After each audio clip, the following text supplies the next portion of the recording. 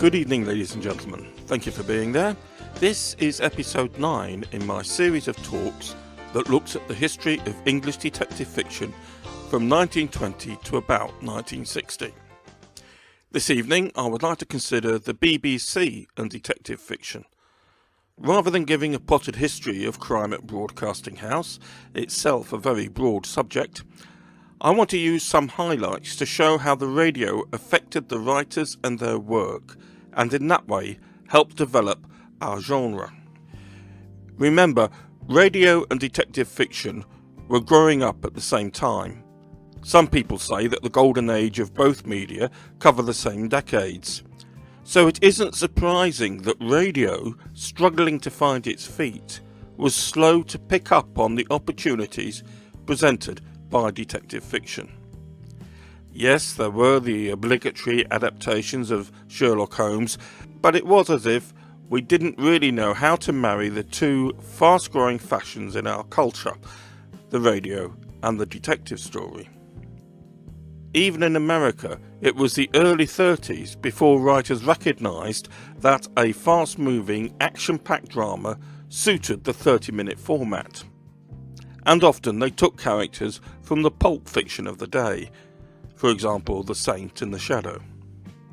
But in the United Kingdom, the development tracked a different avenue. Part of the reason was the role played by two major writers at the time, both members of the London Detection Club, Ronald Knox and Dorothy L. Sayers. They were deeply religious people, and their professional network naturally centred on the BBC Talks department rather than the drama department. But before we consider that relationship, we need to look at one very influential drama from the 1920s, when the BBC was no more than an infant. Ronald Knox, I have to say that he was born in Kibworth, Leicestershire in 1888, I have to say it because I live nearby, was a brilliant classicist and theologian. To list his scholarships, fellowships and prestigious posts would take up the rest of this podcast. And set against his theological works, his 6 detective novels and the collection of short stories seems small beer. However, he was a respected detective storyteller and an important name in putting together the London Detection Club. He was already an experienced broadcaster, well, as experienced as anyone could be in 1926, when he wrote Broadcast from the Barricades, a mock report of revolution as it happened in London, with the Savoy burning down and the Commons and Nelson Column under threat. It was, of course, the precursor of Orson Welles' War of the Worlds. But it went out at a sensitive time, January 1926, when there was much social agitation. The general strike was not far away, and not everyone was sure that the programme was a spoof. The audience reaction demonstrated the frightening power of radio and encouraged caution in the future. But in 1930, the flamboyant and influential J.R. Ackley of the BBC Talks approached the London Detection Club, and specifically Dorothy L. Sayers, to provide a crime story delivered in a series of narratives rather than drama, where notable writers of the day would each contribute a chapter.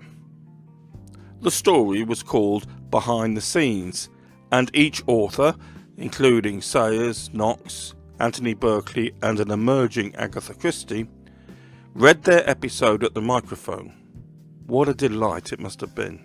It's no surprise that the programme was successful and led to a subsequent serial, The Scoop. However, Agatha Christie declined to take part in a third serial, saying that it took up time that she should spend writing books. Actually, she was very nervous at the microphone. These ventures recognised the London Detection Club as quality and educated authors, many of whom were academics, of course, and so lifted detective fiction above other genre fiction such as romance, westerns and sci-fi, a judgment I don't share myself, by the way. So if Broadcast from the Barricades showed the rather threatening power of radio, the narrative serials now gave it legitimacy. But Christie was to provide her own milestone in the path of crime on radio. In 1947, the BBC approached Buckingham Palace asking Queen Mary how she would like the corporation to mark her 80th birthday. When she requested an Agatha Christie play, the cream of crime came up with 3 blind mice. Came up with seems an almost impertinent way of putting it. 3 Blind Mice, broadcast on the 26th of May, was developed into The Mousetrap and became the longest running play in the history of the theatre. It has become a sort of totem to the longevity of the genre, rather like the mantra rock and roll is here to stay. But it has also become an essential for any tourist visiting London. The play was one of the elements that established that breed of the golden age whodunits as essentially English, and it grew out of radio.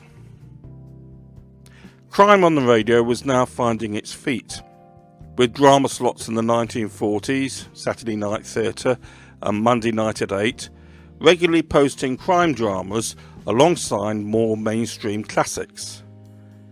In 1948, the BBC started a tradition of Christie at Christmas, broadcasting And Them There Were None under its original title on December the 27th that year. There was also, of course, Mystery Theatre, which included several Christie stories. But detective fiction secured its natural place on the radio with the development of the series character. When I was putting this talk together, I asked customers in my bookshop, customers of the right age that is, to name their favourite radio detective. Holmes? Poirot? Paul Temple? No, almost without exception, they said Dick Barton, Special Agent. Now I objected that Dick Barton belonged to a different cart. He was juvenile fiction. So I asked them again and they said Dick Barton. They insisted that I couldn't discount this series from crime fiction any more than sci-fi fans could argue that Journey into Space has no place in the history of their genre. I conceded, in terms of popularity at least. However, in terms of influence, the real winner was undoubtedly Paul Temple. The series, running from 1938 to 1968, gave us the most remembered tales from the pen of Francis Durbridge, although they're hardly his best. The plots were neither concise nor particularly well structured, but they made up for it in sweep, character, and action. So what does this tell us? Knox demonstrated the power of the radio drama. It showed that the medium had an immediacy that neither the theatre nor the cinema could deliver. What happened on the radio was happening now, and no one could rely on it being repeated in the same way as theatre and film. Also, by denying a visual element, it hinted at an extra degree of realism. Viewers knew that the stage and the cinema were setups. They could see the sets. Radio did not destroy the illusion of reality so readily. It allowed the listener to interpret what was going on, as Broadcast from the Barricades evidenced. These two elements gave the writers license to press forward to see where the imagination of the pen could take them. That is also why sci-fi and fantasy are so suited to radio drama. At the same time, as I have shown, the BBC's approach to detective fiction gave it an air not just of legitimacy, but also authority in popular fiction. To make the most of the medium, crime writers realised that they had to deliver strong, immediately recognised characters and action.